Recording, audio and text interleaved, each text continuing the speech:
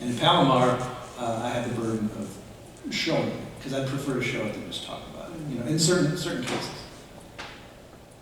Well, you had mentioned this earlier about drawing women and creating these female characters. Part of the reason I was always so drawn to the series is that there are these like really profound female characters that you don't typically see in comic books, like full of strength, ambivalence, these characters who are imperfect, who can also kick your ass. You know, that as a woman who, reading especially many of the action comics in which it's just girls in tight outfits, they just felt so real and textured. And so I just wanted to start, I'll start with you, Jaime. Which of the characters that you've drawn over the year do you feel the closest to, of the female characters? Oh, And why? well, probably the main ones, you know, Maggie and Hopi. Maggie more. Maggie's got, you know, she's this one little person, invisible person that the whole world revolves around. You know, even if she's not the strongest person. She's not the dumbest person, but she's not the smartest person. You know, she's just trying to survive, and yet this whole world doesn't move without her. You know, Hopi's kind of dropped off a little bit. She's got her own life going on, and I haven't come up with stories for her lately. But she makes a guest appearance in the new issue that I'm doing now. Yeah, I guess it was all from like Maggie from the beginning. Because Maggie writes herself better than all the other characters. She can. I'll have an idea for a story of the certain people, and then I'll put Maggie in there, and she just swallows it up because she's just such a big personality, even if she's just such a, like I said, invisible person in the world. Her personality just takes over and runs. I can write a story just putting her in there, and it just takes off. That's why I have so many long Maggie stories. I think only one of them I planned to be that long. She just takes me on a ride, and I just follow, and it works. And I'm not gonna fight that. You know? The last time you and I spoke, you mentioned that you didn't like Hopi that much anymore. I'd love to understand that. It's like, as a creator, you get to a point where you maybe don't like your character that much. How does that happen? Well, I treat them like real people. You know, I try to anyway, and like I pretend they're alive. You know, I don't tell anyone that, but It's between you and us. And when I brought back Hopi into a story, it was Maggie and Hopi were going to a punk reunion. You know, and it was like 30 years later, and Maggie was really excited, and I thought Hopi was the ball buster, so she's gonna have fun. This is gonna be great, getting back to stuff. And then as I was writing it, Hopi didn't want to do it. You would think she would be the one, and it was Maggie going, "Come on, we're gonna do this. It'll be fun." And Hopi's like, "I'm not going back." And I remember it took me a long time to write her character to fit that scenario, because I remember going like, I don't know if I like her as a person. And so I worked really hard. It was kind of like I did counseling with her, you know. and I was just like, okay, I want to like you. You don't have to be likable in the comic, but I want to like you because I want to like doing your stories. And it took a while, and I remember going, wow, it's like an old friend where you're like, I don't like them anymore. You know? And, it's like they grow apart. You just grow apart from your character. Yeah, but it wrote a great story that Hopi was the one that didn't want to go back, and Maggie was the one that wanted to go back. And Maggie wanted to go back further to their relationship, and Hopi said, hey, I'm Maggie. You know, we can't do this. And Maggie just was like, oh, like, oh my God. And that just, the story just escalated. And it was fun in the end. But it took a long time. It was like I went through therapy. You know? It was really interesting because, yeah, I think one of the things I find endearing about Maggie is that she makes these terrible romantic decisions, which feels very true. So that definitely felt like one. Gilbert, what about you, of the women you've drawn? Making the women characters the focus point was, it started when we were kids. We liked girl comics, and not romance comics, because it was a bunch of boys, so we didn't know, we thought they were going to be boring, or dumb, or whatever. I read them now, and some of them were really well written, and well told, and well drawn. But back then, we were just boys, but I really liked Betty and Veronica comics, name them, and then Little Dot comics, and what's Betty and Veronica doing? Well, Lulu, those types of comics, Lois Lane comics. I loved Lois Lane comics, and I'd rather read them than the Superman comic, just because they're more fun. They're just goofy and fun, and Lois Lane, you know, and they were drawn really well. Like, Lois Lane was really pretty, and Lana Lang, because of the artist they chose, because they wanted girls to read it, and the girls liked good drawings. Or boys are more about action and, you know, movement and, you know, intensity.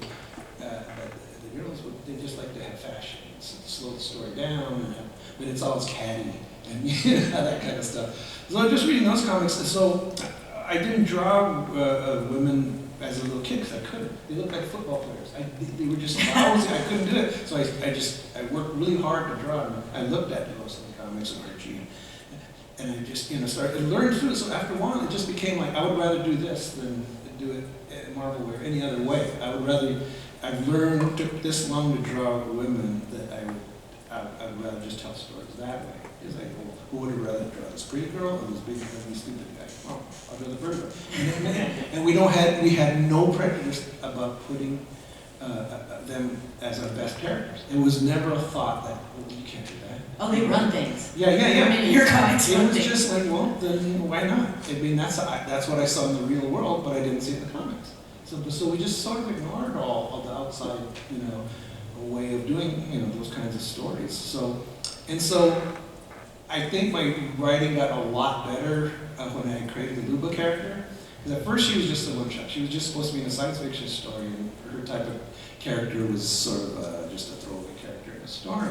But once I used her again because I wanted that character. I liked her personality, her impatient personality, that I started writing her, and I liked writing her, but I still got a lot of criticism for the way she looked. So I knew my duty was to make this cliched-looking character a good character. And I worked hard on that, and it came out. I enjoyed writing her, you know, and I loved writing kind of like Early Hopi, you know. I liked writing her being a pain in the ass, because it was either funny or sometimes thought-provoking maybe in a story, you know. And so I really liked doing that, and she became, because she could be an unpleasant character, you know, or in her heyday. And then so when it was time for Luba to step aside, I didn't have you know, you always try to replace your main character with someone else, and it doesn't work. So I backed off completely on the Luba type character, and I did the opposite character, her niece, Venus. And she was the most fun character I've ever written. I had so much fun writing her stories because she was 11 years old, so there wasn't all this adult problems for her. She saw it as a kid and didn't know how to deal with it, but she would just make jokes about everything, and that was really fun to do. She was the opposite of Luba, yet they're related. And yet, so I decided I'll have those two characters relate to each other and like each other because they, you know. But anyway, that's what it was. I worked hard just to make Luba credible. She's so interesting to me because she's for those of you who may not be familiar with Luba, she's this somewhat chesty dame who is very taciturn, has been through a lot, like she gets her way, very smart and savvy too, and she's a political figure, she's a mother, she's always been this really interesting character for me because I always, like, on a personal level, I always identified with Maggie, who was the more emotional one, whereas Luba was the one who was, like, a little colder in her decisions. She was, like, the character I wanted to be, but knew I wasn't, you know? And I wanted to ask, Luba is always shown, or in many cases shown carrying a hammer. Oh, Can you explain? You know what, I've forgotten the original reason. Imagine there was, but I just thought it was a cool thing. Like, she's walking around the town with a hammer, come fuck with me. But it was like, it was just a brief thought, you know, and then it became a thing, you know. So I just ran with it, you know, I just thought, it was just fun. Why she carried a hammer? That's the secret of some types of writing. Never mention the object, because you're reading it, you're looking at it. You figure out what the hammer is. You do that. But that frustrates a lot of readers because everybody wants a backstory. Yeah. This is not like Chekhov with a gun, where it's like, okay, you've introduced a gun, the gun now has to be used in the play. Like, the interesting thing about Luba is, I've thought of it, and in fact, for the purpose of this talk, I've been as a Catholic iconography, like, all the saints were always identified with, like, by a certain object in the statuary. And I always wondered, like, if that had a role in... You know, a lot of that stuff just seeps in our head. We could have heard it. Somebody could have been watching a PBS special about that, but we weren't watching it. We might be drawing in the next room. But we'd hear this stuff, but we wouldn't really copy it. We wouldn't just, it would just come into our minds. And then later on, when we're writing a certain thing, that would come up. And I know it, and I started to notice the pattern. And that's the only reason I recognize that. Because otherwise, at the time, you don't notice it. I mean, at least I and I, we don't study. We never do. It's always just, we absorb it. Yeah. I did look it up. There is a Catholic saint who carries a hammer. I don't know who that is. Yeah. They ripped me off. It's Saint Aloy or Saint Eligius, and he was a goldsmith who, like, rescued a lot of people from slavery in Europe and was and helped the poor. So he fabricated wonderful things with his hammer, and he helped the poor, and that's his story. So I was like, I wonder if there was ever a saint that carried a hammer, and there is. Wow.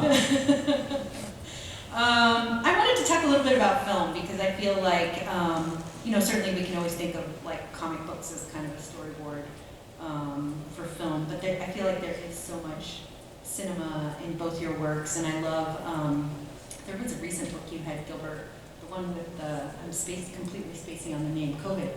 COVID is my problem.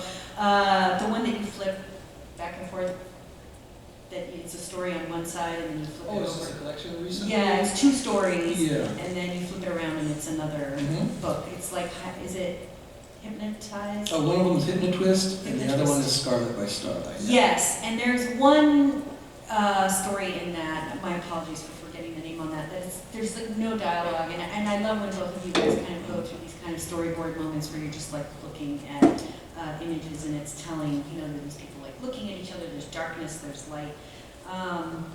You've both talked about your appreciation of film, sci-fi and otherwise, and I guess, Gilbert, let's start with you. I listened to a podcast recently where you talked about being into films like The Time Travelers, early sci-fi film. And I know you've been asked in the past about, like, does anybody ever want to make a movie about your comics? And it's kind of knowing Hollywood where we still can't get out of the Gardner and Maid thing. I'm not holding up my expectations for Hollywood, but what I want to know is what's the movie you want to make? And are any of your comic book characters in that movie? Well, I would, if I was dreaming about having the early Palomar stories as a film, or, you know, now it would be a streaming thing. Technology has changed all that. In the early days, we would be talking about, actually be talking to Hollywood folks about adapting some of our stuff to things. But it always fell apart because they couldn't see beyond the superficial, say. They just did not know how to sell a story. That's the sad part of Hollywood. A lot of things don't get done is because you can't convince people that it's a good idea. You know, that's as simple as that. That's why we get countless remakes and sequels and stuff, because it's just harder to convince the audience to see a new thing. You know, and this has been going on for years, but now with the new streaming and all that kind of stuff presented, I think it's a little more open for that. But the Palomar, I just think there would I wouldn't like do it exactly like the comic because there's so much of it. I would just like to see the best parts of it and then smooth it out, you know, stream it. With live action or animation? I would do live action because this is a personal take on it, is that people always ask me, why not animation? I go, because you're telling 50 Latinos they can't be on camera. And everybody goes, why is that important to you? I go, yeah, I'd rather see real Latinos than cartoon Latinos. Even though you can make a good Latino cartoon. I mean, yeah, you can do that. But I just thought it's more important to see those actors up there. Because that's how we learn. When we learn from movies, we learn from all kinds of things, but when we learn from movies, we learn from what we see. And that's why it's important to have American Asian movies, you know, American Black movies, Latinos. It's important for that because generations growing up will see it as that's our story. And it's normal. It's not just a novelty. What about Jaime? I was going through, Jaime, by the way, has a curated list on the Criterion channel of some of his favorite Criterion movies, which I definitely recommend Googling because there's some good stuff on there. It's everything from, there's some sci-fi, there's Italian neorealism, The Bicycle Thief, Jim Jarmusch's Strangers in Paradise, which feels like a good connection to your own work. What about you in film? What's the movie you want to make? And are your characters in it? Well, it would be, I would love to make a Locas movie of the six main girls. Trouble is, the important stuff that came in my comic is a certain time. Like, I've done the Hollywood talk where they go, hey, it'd be great, we'd have all the punk rock, we'd have all the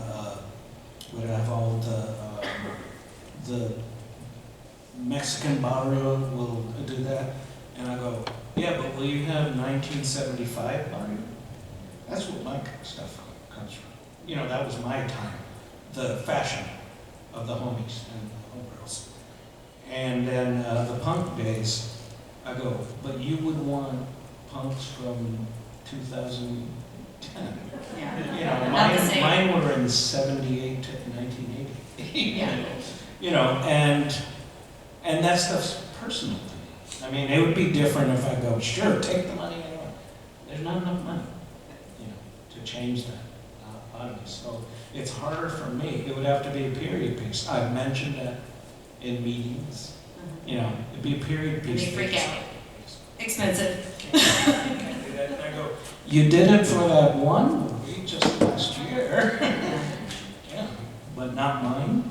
So, And it's interesting because, I mean, for something of that nature, so much of your action takes place inside clubs, inside the apartments, inside restaurants.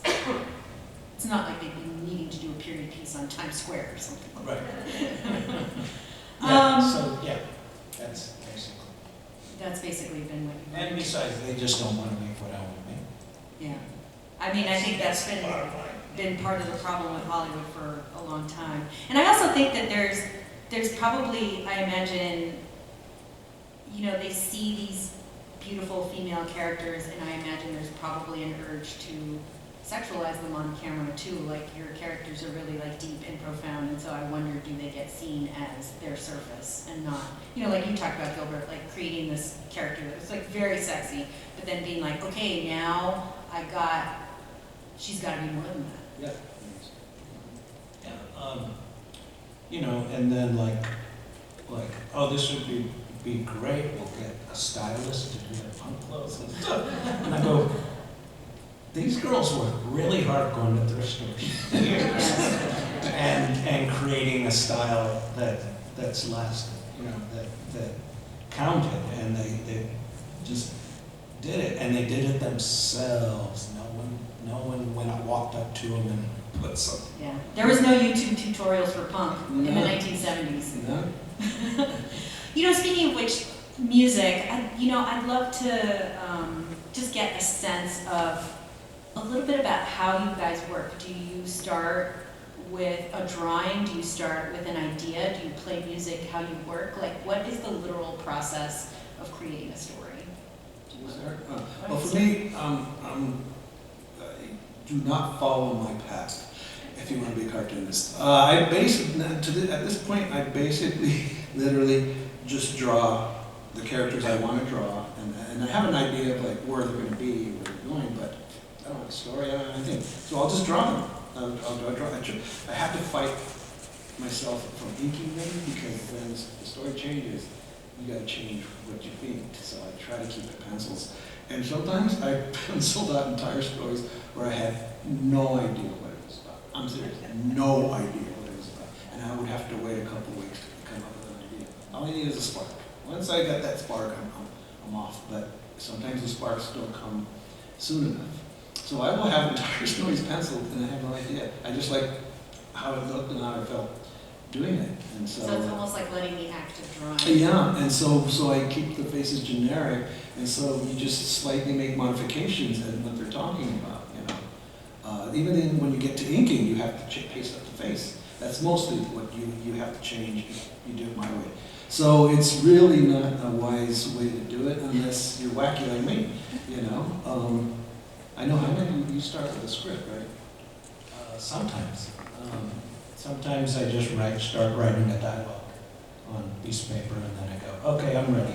And then I start putting it on the final page. And boy, there's a lot of erasing and panels moving and all this stuff. But I guess the main thing about starting a story is I'm thinking about 40 years of their life.